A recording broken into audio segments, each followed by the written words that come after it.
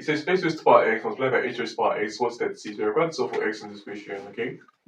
Now, when we have this, we add the power. So we have x raised to the power x plus x is 2x to be equal to 36, okay? So we can say, let's try outline the multiples of 8. So 8 is equal to, we have 2 cubed.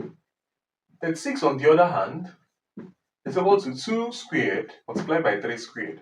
2 squared is 4, 4 times 3 squared is 36. So we have that 2 raised to the power 3 raised to the power of x is equal to 2 raised to the power 2 multiplied by 3 raised to the power 2.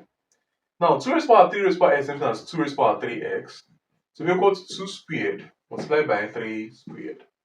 Now let's say the logarithm of both sides to base 2.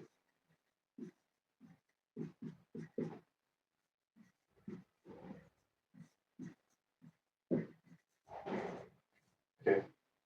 Now this now will be equal to, let's multiply this power with the log. So this is 3x multiplied by logarithm of 2 to base 2. So we equal to logarithm to base 2 of 2 squared multiplied by logarithm to base 2 of 3 squared. Now moving on from here, we are going to have that 3x will multiply, this is logarithm of a number to its own base. Since the number and the base are equal, this is 1. So we equal to 2 multiplied by logarithm of a number to its own base is 1 again, plus 3 multiplied by logarithm of 3 to base 2.